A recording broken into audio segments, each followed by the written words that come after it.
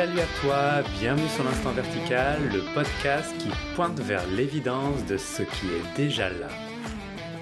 Installe-toi confortablement, laisse-toi aller à ces mots, cet entretien qui va suivre, et je t'invite à un tout petit moment de silence pour savourer la verticalité de cet instant.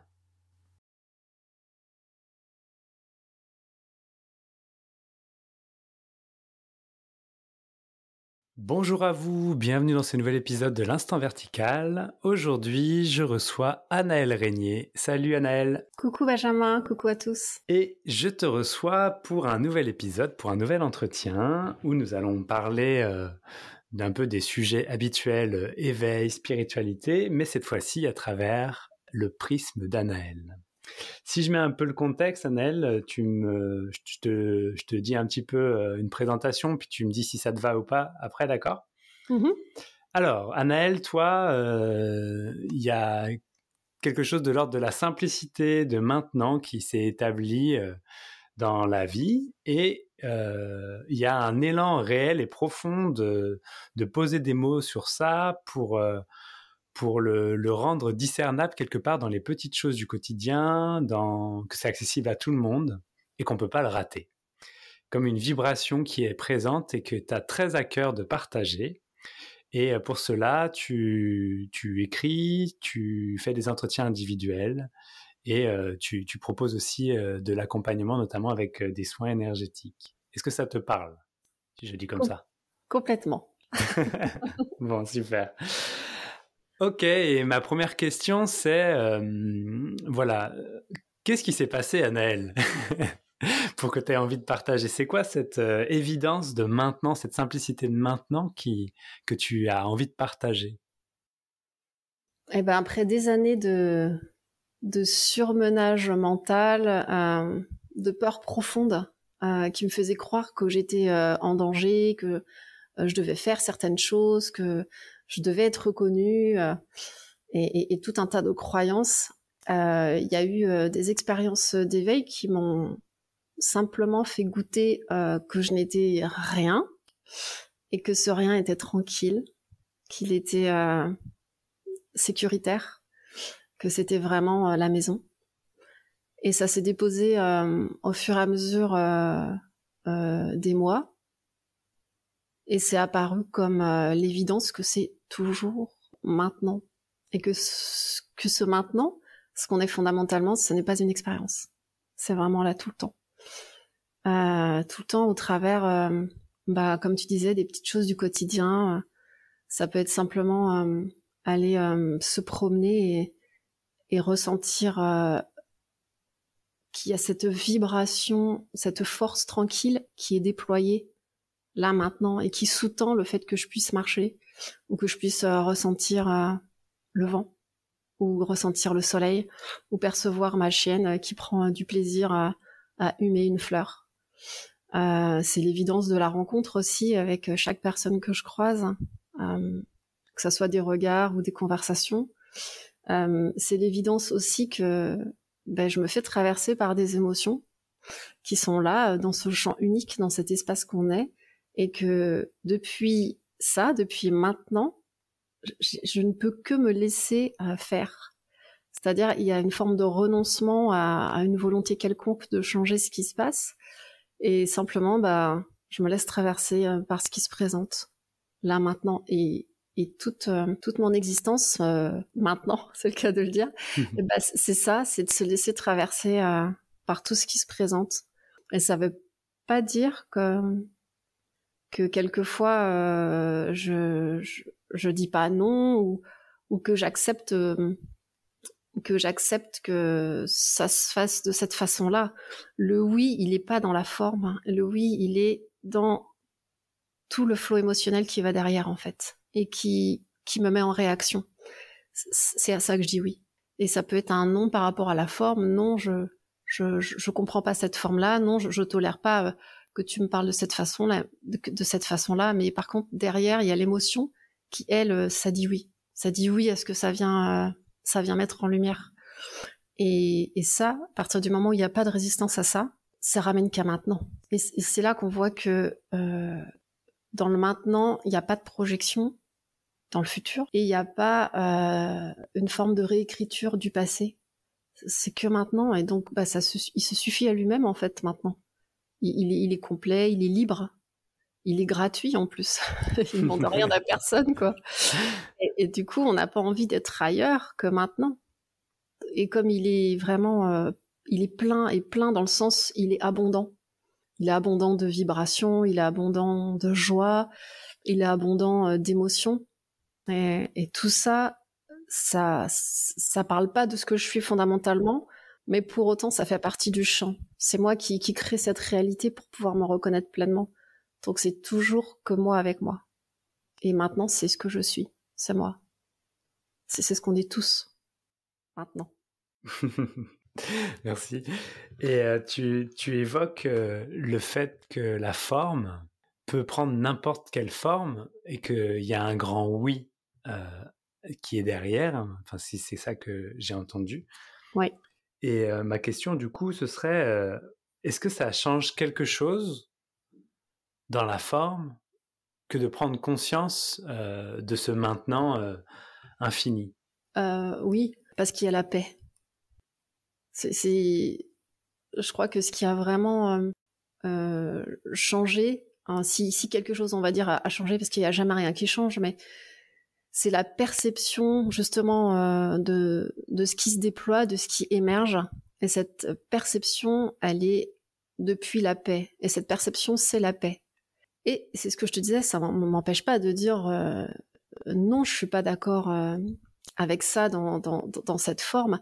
Mais tout de suite, je vais me laisser traverser par ce qu'il y a derrière, par cette émotion qu'il y a derrière, par l'histoire que ça peut raconter. Et quasiment instantanément, ça peut se décristalliser. Si c'est vu, s'il n'y a pas de lutte, ça se décristallise, ça accroche pas. Je dis pas que... En fait, c'est pas accepter l'inacceptable. Humainement parlant, il y a plein de choses qu'on peut pas tolérer. On peut pas tolérer la maltraitance des enfants, on peut pas tolérer la maltraitance des animaux, on peut pas tolérer le meurtre. Tous les abus sexuels, c'est impardonnable, intolérable d'un point de vue humain. Mais tout ce qu'il y a derrière, c'est l'émotion qu'il y a derrière qui est intéressante. L'émotion, quand elle vient te chercher, qu'elle vient te mettre en réaction émotionnelle, elle raconte une histoire. Et quand tu te laisses traverser par ça, en fait, tu peux goûter cette espèce de silence qui est profond. Et ce silence, c'est maintenant, il inclut tout, il englobe tout, et vient révéler finalement l'amour qu'il y a derrière la souffrance. Parce que la souffrance, c'est l'histoire.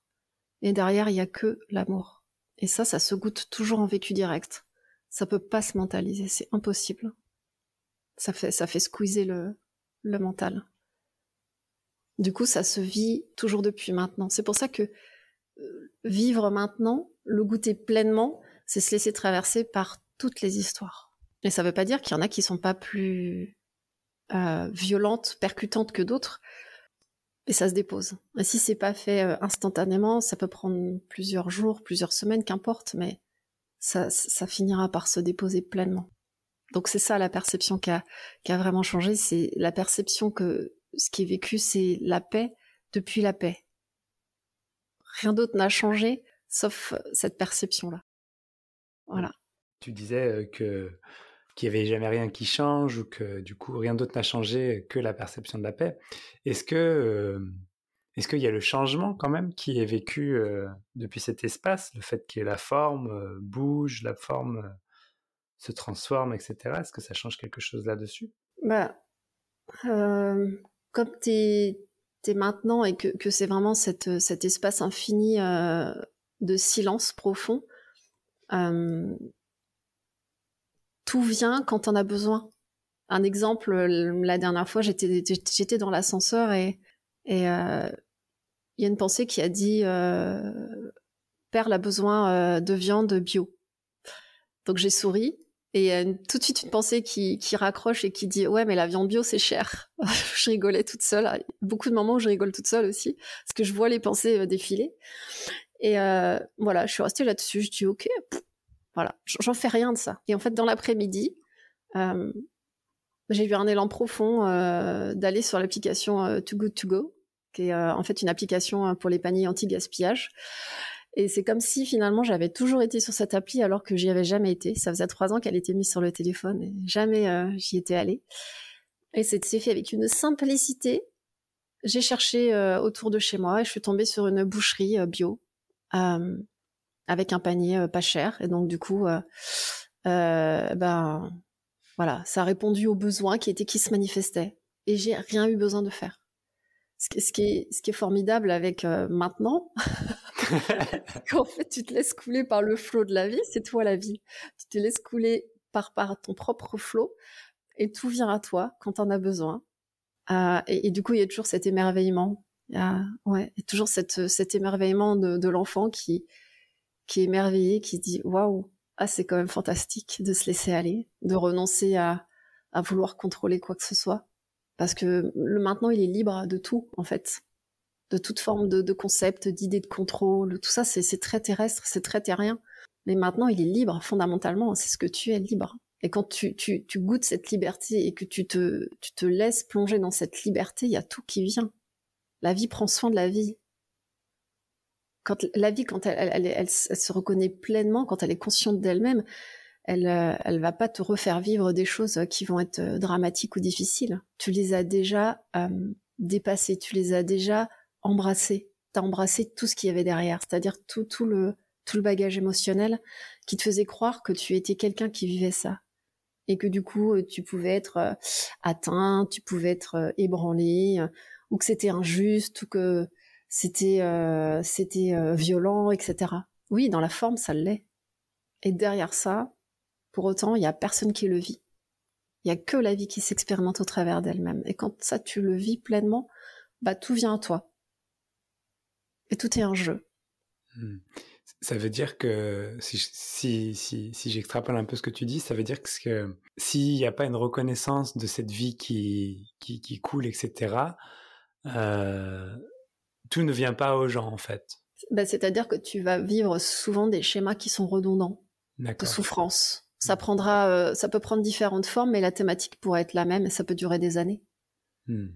En fait, c'est tant que tu reconnais pas la souffrance qu'il y a derrière. Si tu reconnais la souffrance qu'il y a derrière, que tu te laisses traverser par la souffrance qui est derrière, tu vas reconnaître la vibration d'amour qui sous-tend tout.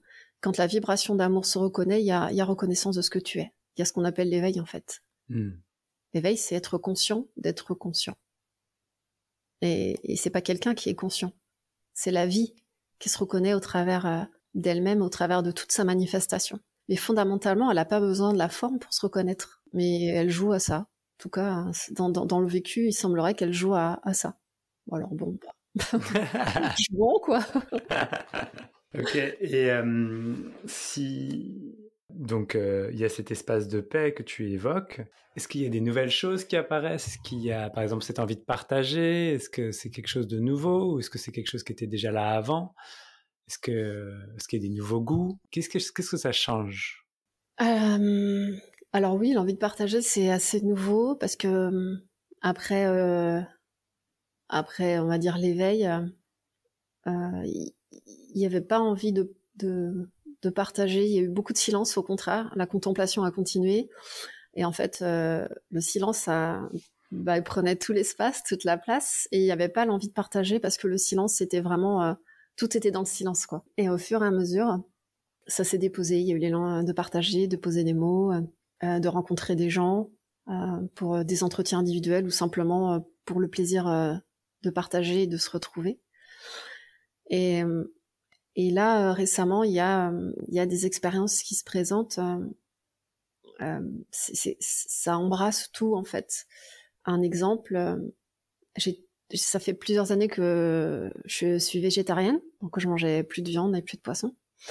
Et depuis peu, de temps en temps, il y a un élan qui se présente de manger de la viande, et ça se pose plus de questions en se disant oui, mais je comprends pas, t'as été végétarienne, faut se dire rien.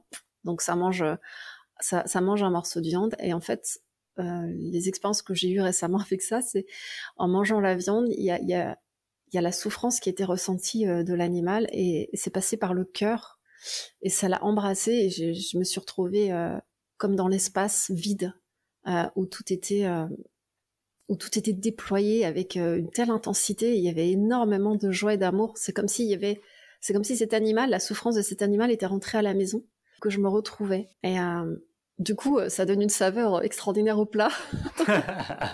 C'est quand même assez fort. Épicé la souffrance de l'animal et de l'amour. C'est ça. Et c'est comme un retour à la maison. Et, alors voilà, ça reste qu'une expérience, mais c'était très intense et c'est très intéressant de le vivre. C'est assez rigolo. Voilà, il y a des petites expériences qui se présentent comme ça. Il continue d'avoir aussi des réajustements énergétiques spontanés qui se font dans la journée, dans la nuit. Peu importe, je sens les mouvements énergétiques dans les corps subtils aussi qui se font. Donc ouais, il y a des petites choses qui émergent quoi, mais pareil, il y a toujours aucune définition derrière ça. Il y a rien à en faire et il y a rien à en dire plus que la description de l'expérience elle-même en fait, c'est tout. Juste une expérience parmi d'autres et voilà. Et t'as évoqué plusieurs fois l'éveil, donc en disant que c'était la conscience qui prenait conscience d'elle-même. Et est-ce que pour toi, tu as évoqué ça aussi rapidement tout au début, mais est-ce qu'il y a eu un événement particulier? Est-ce qu'il y a eu un moment particulier? Et qu'est-ce qui s'est passé, si on peut dire, au moment de l'éveil, si c'est descriptible pour toi? C'est difficilement descriptible, ça tu le sais. Comment ça s'est passé Alors déjà, juste pour qu'on comprenne un peu le contexte, fin 2017, il y a eu ce qu'on appelle un éveil spirituel suite à un burn-out et à un diagnostic de l'endométriose qui m'a fait plonger dans une espèce de mini-dépression pendant 2 mois. Ça a été très très dur. Et tout de suite, il y avait un élan profond d'aller chercher des causes émotionnelles. Donc là, j'ai entamé un processus très intense qui s'est transformé en forme de sadhana, qui est une pratique spirituelle intense. Et j'ai rencontré énormément de thérapeutes énergétiques qui m'ont beaucoup aidé sur le chemin. Et donc, il y a eu beaucoup de travail énergétique, énormément de travail karmique, transgénérationnel, etc., qui se faisait spontanément, qui se faisait en méditation, qui se faisait dans les rêves. Beaucoup. Ça a duré jusqu'en 2021. Et en 2021, je regarde un satsang de Pierre et de Gérald, donc Pierre Léréguimet et Gérald Benmezou. Et là, je pleure. Je peux pas expliquer, je sais que c'est vrai. Je sais que juste ça, j'arrive pas à poser des mots, c'est vrai.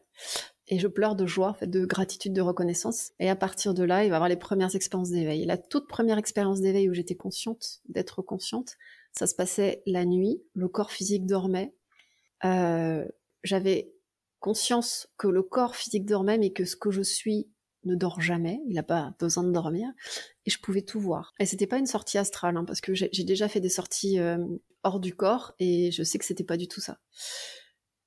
Et j'entendais des bruits, j'entendais le vent, parce que la fenêtre était ouverte, et je me suis reconnue dans le vent, je dis « Ah, mais c'est moi !» Et je pouvais goûter le goût du vent. Après, j'entendais mon compagnon de l'époque se tourner dans les draps, et j'entendais le bruit que fait le corps sur les draps, et je me suis reconnue dans ce bruit aussi. Je me reconnaissais là où mes yeux, entre guillemets, se posaient. J'avais une vue d'ensemble, omnisciente, et j'ai su que c'était ça que j'étais. Et c'est devenu... c'est comme quelque chose qui tombait inlassablement. J'avais l'impression de tomber dans rien, dans le vide. Et d'un coup, ça s'est stabilisé. Et il y a eu un silence infini. Et ça a réveillé le corps physique et le corps s'est mis à trembler. Et j'ai fait waouh, qu'est-ce qui vient de se passer? Et ça s'est reproduit quelques jours après, mais éveillé. Cette fois-ci où le corps physique était éveillé. Et après, ça fait que continuer. Ouais, c'est quand même une jolie description.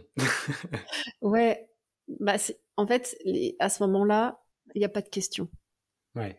C'est vraiment, il y a pas du tout de question. Il y a même une fois où ça s'est passé, j'étais en cours de danse classique, j'étais à la barre en train de faire un arabesque, et d'un coup, tout le décor disparaît. Tout, la prof, tout, Annelle n'existe plus, je sens plus le corps physique, et il y a juste rien, il y a un vide qui est familier, qui est bienveillant, et je sais que c'est ce que je suis. Et il y a un profond souffle de vie à ce moment-là, et je sais que tout est là. Et je me dis pas où est Annelle, etc. Il y a rien qui se dit à ce moment-là. juste rien. Ça a duré quelques secondes. C'est quand la prof a tapé dans ses mains en me disant ton arabesque, il est super, que ça m'a fait revenir. Et j'ai rigolé, j'ai dit bah c'est pas Anaël, c'est pas moi en fait. Mais elle a pas trop compris, mais moi je rigolais toute seule parce que je venais de comprendre ce qui venait de se passer, quoi. Et en fait c'est ça qu'on est fondamentalement. Donc il y a rien, d'un point de vue absolu, il y a rien qui existe. Et c'est comme une espèce de bulle de rêve. La conscience, elle crée sa propre bulle de rêve et elle s'amuse dans son propre rêve, quoi. Et quand elle prend conscience qu'elle a toujours été ça, qu'elle a toujours été conscience, qu'elle a toujours été cet absolu silence et cette absolue immobilité, donc ce non-mouvement, et ben du coup, il y a une forme de réintégration avec le plan relatif. Enfin, tout ça, c'est très schématisé parce qu'en réalité, c'est même pas ça. Et ça se savoure au quotidien. Qu'importe que ce soit un rêve ou que ce soit une existence toute relative, ça m'est égal. Quand c'est maintenant, que c'est vécu maintenant, tout prend une intensité complètement différente. Même les douleurs physiques, même les émotions qui sont difficiles, quand c'est maintenant, ça prend le temps de les savourer. Il y a un sourire intérieur qui est heureux de l'expérimenter. Qui sait qu'il peut pas être atteint par ça. Qui sait que c'est une souffrance qui ne peut que retourner à la maison. Et en retournant à la maison, cette souffrance, ça se dissout. En fait, il y a quoi derrière la souffrance? Il y a l'amour qui se reconnaît. C'est juste ça. Donc ouais, il y a ce sourire intérieur à expérimenter. Et des fois, ça brasse. Ça veut pas dire que tu atteins. Hein. Des fois, il y a des choses qui sont un peu... qui brassent. Il y a une sensibilité accrue chez moi par rapport à la maltraitance des enfants, à la maltraitance des animaux.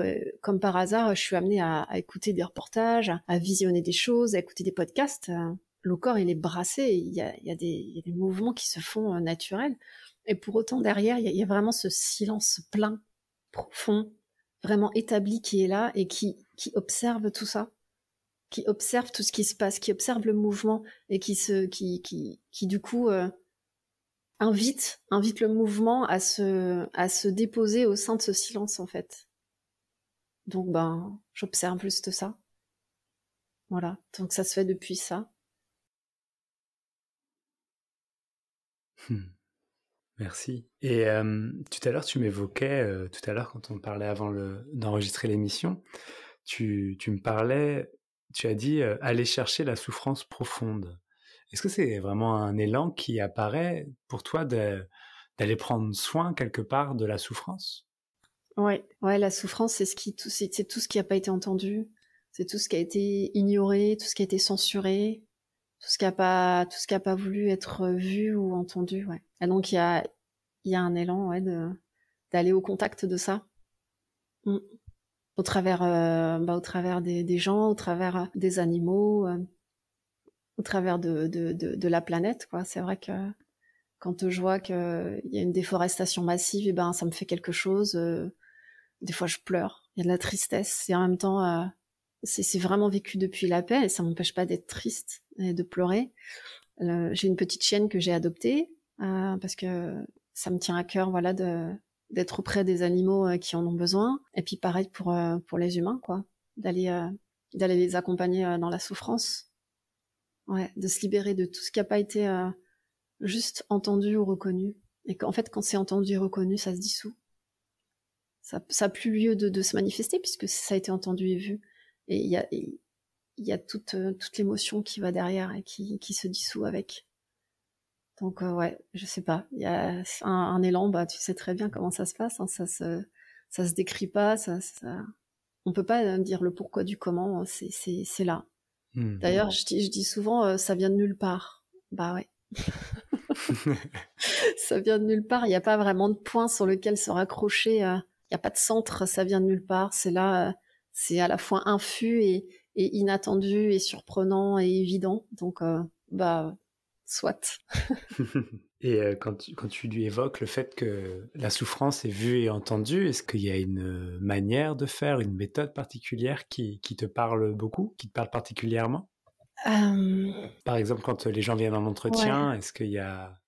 Qu'est-ce qui se passe? Ouais, alors il y a pas de protocole déjà, ça se fait vraiment spontanément. Je les invite à se déposer vraiment depuis ce qu'ils sont, depuis le calme, à déjà goûter ce qu'ils sont, goûter ce silence, ce calme. Et ensuite, on peut mettre une petite main sur le cœur. Louane, elle fait ça aussi. Louane, elle met la main sur le cœur et ça, c'est vraiment quelque chose qui m'a beaucoup porté. Donc, petite dédicace à Louane. Merci pour la main sur le cœur, Loulou. C'est vraiment super. Ça marche du tonnerre. Louane, qui était aussi mon Oui, invité il y a quelques émissions. ouais, exactement. Et donc, cette main sur le cœur, ça te permet vraiment de ressentir dans le corps que tu es là. Mais c'est au-delà du corps physique, mais ça se perçoit dans le corps, parce que le corps, il fait vraiment le lien, l'intermédiaire entre l'absolu et le relatif. Et c'est là que je leur dis, au moment où ils se sentent brassés, donc ça s'exprime, ça peut être un tas de choses, hein, la colère, la peur, l'injustice, l'abandon, le rejet, tout un tas de choses. Et je leur dis, laisse le corps s'exprimer, si ça pleure, si ça tremble, si ça a envie de crier, ça crie, si ça tend, laisse le corps s'exprimer. Et là maintenant, si tu restes là maintenant, est-ce que tu peux être impacté? Est-ce que tu peux être impacté là maintenant? Est-ce que tu peux être atteint là maintenant? Et généralement, il y a quelques secondes de non-réponse, parce que ça goûte, mais ça finit par dire, bah non, en fait. Je dis d'accord. Donc depuis cet espace de non-atteinte, laisse-toi traverser par ça, parce que tu pourras jamais te toucher. Tu pourras jamais être touché par ta propre création. Laisse couler. Et si tu vois qu'il y a de la résistance, simplement perçois qu'il y a cette résistance et accueille le fait que pour l'instant, il semblerait que ça résiste. Ça aussi, ça s'accueille en fait. C'est ok. On va pas aller contre la résistance, on va simplement observer qu'il y a de la résistance et que la résistance, c'est une perception, c'est un ressenti et que ça s'accueille aussi. C'est tout. C'est aussi simple que ça. En restant là, on peut simplement se laisser traverser. C'est vrai que c'est vraiment très simple en fait. Voilà. Ça nécessite pas grand-chose en effet pour pouvoir soulager. Et plus la paix est là, plus ça se traverse, j'ai envie de dire rapidement. Ça se dissout rapidement. C'est moins intense. Mais la paix, elle est toujours là, mais plus elle est reconnue, plus elle est reconnue comme étant vraiment ancrée, installée, assise, et plus ça se traverse encore plus facilement, avec ce sourire intérieur qui presque fait un clin d'œil, quoi. S'il y a une personne qui venait te voir, qui serait totalement touchée par ton message, et il te demanderait forcément, et comment on fait tout ça? Qu'est-ce qu'il faut faire? Qu'est-ce que tu aurais envie de lui dire? Justement, il faut rien faire, il faut simplement observer. Observe le corps. Parce que le corps, comme c'est vraiment le lien, le corps c'est le médium, quoi. On est tous médiums de par le corps. Donc on est tous intermédiaires de par le corps. Donc observe le corps, reconnecte-toi au corps, par les ressentis, les perceptions, les goûts, les teintes, les saveurs. Et si t'es coupé du corps parce que t'as un mental qui crée un état de survigilance, ça arrive aussi. Et utilise le mental comme un outil, parce que c'est un outil. Et ça aussi, tu peux passer par là. Tu peux arriver à ressentir la paix en laissant le mental vivre sa vie. Ça t'empêche pas d'être dans un état d'écoute attentive, de méditation, et au bout d'un moment, ça va se déposer, tu vas vraiment ressentir pleinement la paix. Et du coup, la paix, ça te permet vraiment de te reconnecter au corps.